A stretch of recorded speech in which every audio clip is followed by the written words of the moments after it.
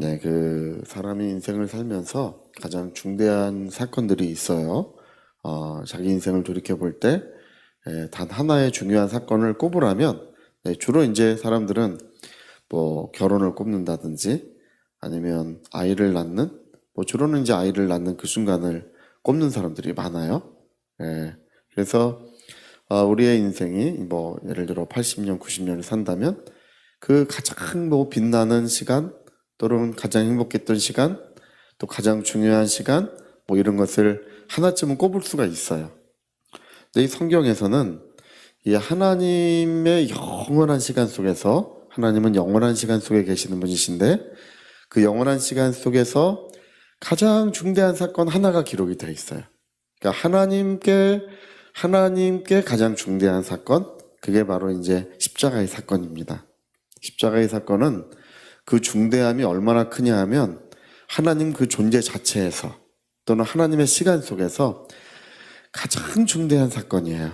어떤 것과 비교할 수가 없습니다. 그래서 하나님의 아들이 하나님을 사랑하고 또 하나님을 순종하여 자기의 영원한 생명을 주셨던, 하나님께서 사람의 모습으로 세상에 오셔서 이 악한 자들의 손에 이 고난을 받으시고 십자가에서 6시간 매달려서 그 영원한 생명을 주셨던 그 고귀한 분의 희생, 그 하나님의 아들의 희생이 이제 성경에 기록되어 있고 이것은 하나님 안에 가장 중대한 사건이에요.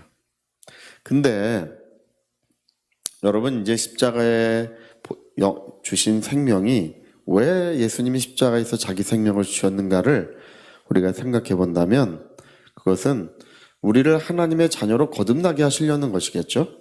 거듭남을 위한 것이겠잖아요. 근데 십자가의 사건이 중요한 것만큼 이 거듭남이 중요한 거예요.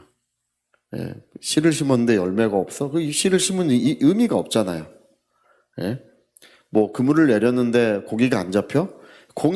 그물을 내린 의미가 없잖아요. 십자가에서 영원한 생명을 주셨는데 거듭나는 사람이 한 사람도 없으면 그게 아무 의미가 없는 거 아니겠어요? 그래서 여러분 오늘 십자가의 사건과 교회에 맡겨주신 사명은 똑같이 중요합니다.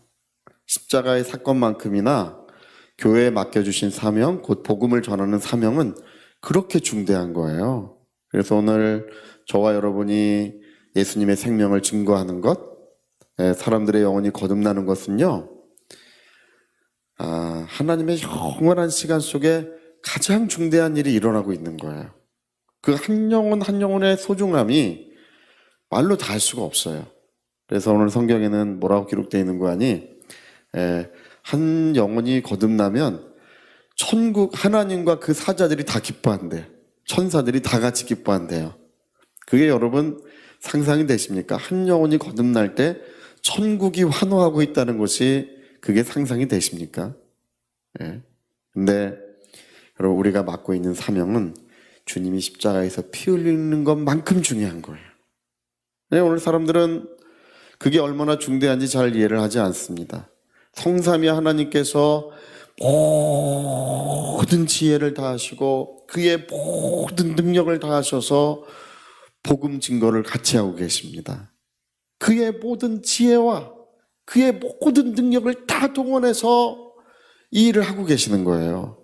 저 하늘의 모든 천사들이 이 일에 다 동원되고 있습니다. 근데 사람들은 그 소명의 중대성을 잘 깨닫지 않아요. 그냥 우리가 어떻게 세상에서 성공하고 어떻게 세상에서 좀 더 윤택한 삶을 살까? 그런데 관심을 가져요. 그리고 저는 그런 것에 관심이 없어요. 그런 거 관심 갖는 거 보면 너무 한심해 보여요. 지금 이 세상에서 일어나고 있는 이 일은 그리스도의 십자가 보혈의 열매가 맺혀지고 있는 일입니다. 씨를 심었는데 그 씨의 열매가 나는 거예요. 그물을 내렸는데 그 그물에서 고기가 잡히는 것입니다. 십자가의 보혈의 생명이 오늘 사람들을 거듭나게 하고 있습니다. 이 중대한 일, 이렇게 가치 있고 이렇게 영광스러운 일을 우리에게 맡겨주셨는데 어떻게 다른 것에 관심을 갖겠습니까? 놀러 다니는 거, 여행 다니는 거, 뭐 즐겁게 사는 거 아무 관심 없어요. 할렐루야. 저도 목회 안 하고 돈 벌고 살면 좋을 것 같아요. 목회 안 하고 돈 벌고 살면. 목회하느냐고 그러면 좀 편하게 살아요. 그냥 행복하게 살아요. 예. 근데 그런 게 아니에요. 모든 눈물을 다 쏟고 자기의 생명 한 줌을 다해서 죽어도 해야 될 일이 있는 거예요. 그게 바로 하나님 맡겨주신 이 복음의 소명입니다. 오늘 여기 달란트 받은 사람들의 이야기가 나오는데요. 여러분, 우리가 여기서 관심 가져야 되는 게 있어요. 뭐냐면 소명을 감당한 사람들에 대해서는 주인의 즐거움에 참여하라고 말씀하십니다. 이게 뭐냐면 그 의의 면류관, 영광의 면류관을 씌워주시고 하나님의 나라를 함께 통치하신다는 뜻이에요. 이게 성경을 살펴보면 하나님의 나라에서 왕노릇하는 것을 의미하고 있어요. 너무 큰 영광이에요. 예수님이 받으신 영광을 우리 사람들에게 그대로 전가해 주는 거예요. 근데 주의 복음을 전하지 않는, 하나님의 뜻을 순종하지 않는 자들은 바깥 어두운 데로 굉장히 가혹해요. 그러니까 이게요, 그 영광은 지극히 크고 또 그 처벌은, 이게 이 사람은 자기가 죄 짓고 산 거 아니에요. 예, 뭐 도둑질하고 거짓말치고 사기치고 그렇게 산 거 아닙니다. 예수 믿는 사람 중에도 사기치고 산 사람 있고 목사님 중에도 사기치고 산 사람이 있습니다. 아주 지독합니다. 그런 사람이 있어요. 그건 이미 그런 사람은 가망이 없어요. 제가 볼 때는. 근데 이 사람은 그런 사람은 아니에요. 이 사람은 그 죄 짓고 살았다는 뜻이 아닙니다. 이 사람은 평범하게 살았어요.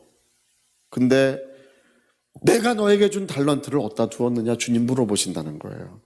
주여, 당신은 거룩한 분이시고 의로우신 분이십니다.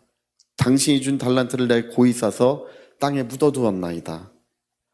내가 그걸 너에게 맡기지 않고 은행에 맡겼다면 별이라도 찾았을 것을 내가 그것을 너에게 맡겼기 때문에 주인에게 손실을 입혔다는 것입니다.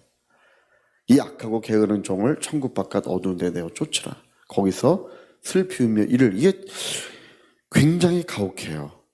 왜 이게 이렇게 영광스럽고 그 처분이 이렇게 가혹한지를 알아보면 이 사명의 중대성 때문에 그런 것입니다. 여기에 우리가 한 발이라도 걸치면 영광이 지극히 큰 거예요. 한 발이라도 걸쳐야 돼요. 할렐루야. 근데 그 한 발을 걸치지 않는 사람들이 있어요. 자기 온몸을 드리지 않는다 할지라도, 자기의 온 생명을 다 드리지 못했다 할지라도 한 발이라도 걸쳐놔야 돼요. 주님을 위해서 뭘 했는가 나중에 그걸 물어보신다는 것입니다. 복음을 증가하는 일을 위하여 너는 과연 무엇을 했는지 주님 마지막에 그걸 물어보신다. 나는 행복하게 살았는데요. 난 유복하게 살았는데요. 복 주셔서 감사합니다. 예, 그걸로는 안 된다는 것입니다. 어림없는 거예요. 여러분, 우리는 주와 복음을 위해서 우리 생명을 다하려고 해야 될 것입니다. 우리 세례 받은 이유가 거기 있어요. 세례는 성경에 말하기를 살아도 주를 위해 살고 죽어도 주를 위해 죽나니 우리가 사나 죽으나 주님의 것이라고 했습니다. 우리가 살아도 주를 위해 살다가 마침내 내 생명의 불꽃이 꺼지는 바로 그 순간에도 우리가 주님을 위해서 자기 생명을 다 해야 된다는 것입니다. 여러분, 세상에 관심 있죠. 뭐 우리가 부유함도 얻고 싶고 윤택한 삶도 살고 싶고, 저는 늙어도 은퇴해서 여행 다닐 마음이 없어요. 어떤 목사님 얼마 전에 그전에 뵀더니 빨리 은퇴하고 싶대요. 왜 그러시냐니까 이제 하려고 하지 못했던 것 좀 해보고 싶대. 여행도 다니고 뭐 텃밭도 좀 가꾸고 또 시골에서 좀 한적한 생활도 좀 하고 그러고 싶대요. 저는 그런 거 보면 옆에서 그런 얘기 듣고 있어요. 어떤 목사님도 제가 보니까 은퇴해서 고기 잡으러 간대. 고향이 이제 바닷가래요. 그래서 은퇴하면 놀러 오래요. 이제 어선 하나 사가지고 한적하게 고기 잡으신대요. 그래서 그런 얘기 들으면 저는 아슬아슬해요. 네. 우리는 복음 전하다 세상 떠나야 되고 주의 일 하다가 세상 떠나야 되고 내가 숨 쉬는 동안 기도하다 세상 떠나야 됩니다. 주님도 숨 쉬는 동안 세상 주님께 기도가 멈춰진 시간은 무덤 속에 있었던 사흘은 기도가 멈춰지셨어요. 그분의 몸은 거기에 거의 잠들어 계셨습니다. 사흘 만에 주님이 다시 부활하시자 맞아 다시 기도가 시작됩니다. 제 아들을 위해서 기도하시고 또 하늘 승천하실 때 또 기도해 주시고 승천하십니다. 기도가 다시 시작되십니다. 우리 숨 쉬는 동안 기도하고 숨 쉬는 동안 주의 일 하다가 주님의 밝은 얼굴을 배웠으면 참 좋을 것 같습니다. 여기 이 처분이 가혹한 것이 아니라 이 영광이 너무 큰 것이 아니라 그 일의 중대성 때문에 그렇습니다. 하나님 맡겨주신 중대한 일을 천사들에게 맡기지 아니하시고 고넬료 가정에 문을 두드린 천사가 문을 열어주니까 한 밝은 천사가 거기 서 있어요. 천사 한 번도 못 보셨죠? 저는 봤어요. 저는 봤기 때문에 알아요. 네, 한 밝은 천사가 서 있어요. 근데 그 천사가 하는 말이 피장 시몬의 집에 베드로를 청하라. 너의 기도와 구제가 하늘에 상달한 바 되었으니 기억하신 바 되었으니 베드로를 청하라. 그가 복음을 전해주지 않습니다. 복음을 전할 영광, 복음을 전할 그 기쁨, 그 중대한 일은 천사들에게 맡겨지지 않았기 때문에 그런 거예요. 오늘 하나님의 자녀들에게 성령이 임하시고 성령과 함께 이 중대한 사명이 우리에게 맡겨져 있습니다. 우리 하나님 나라의 역사가 우리의 기도를 통해 작은 기도지만 이 작은 기도를 통해서 하나님의 큰 역사가 이루어질 줄로 믿습니다. 자, 우리 같이 한번 우리 기도하시겠습니다. 이 달란트가 과연 무엇이간데 이 영광, 이 가혹한 처벌, 이것이 여기에 따라 이루어지는가? 어떤 죄를 지었는지 윤리적, 도덕적 기준을 여기다가 적용하지 않습니다. 그가 어떠한 유복한 삶을 살았는지, 복받은 삶을 살았는지 여기에 하나도 그게 중요하지 않아요. 하나님이 맡겨주신 일이 어떻게 되는지를 물어보고 계십니다. 우리 위하여 통성으로 기도하시겠습니다.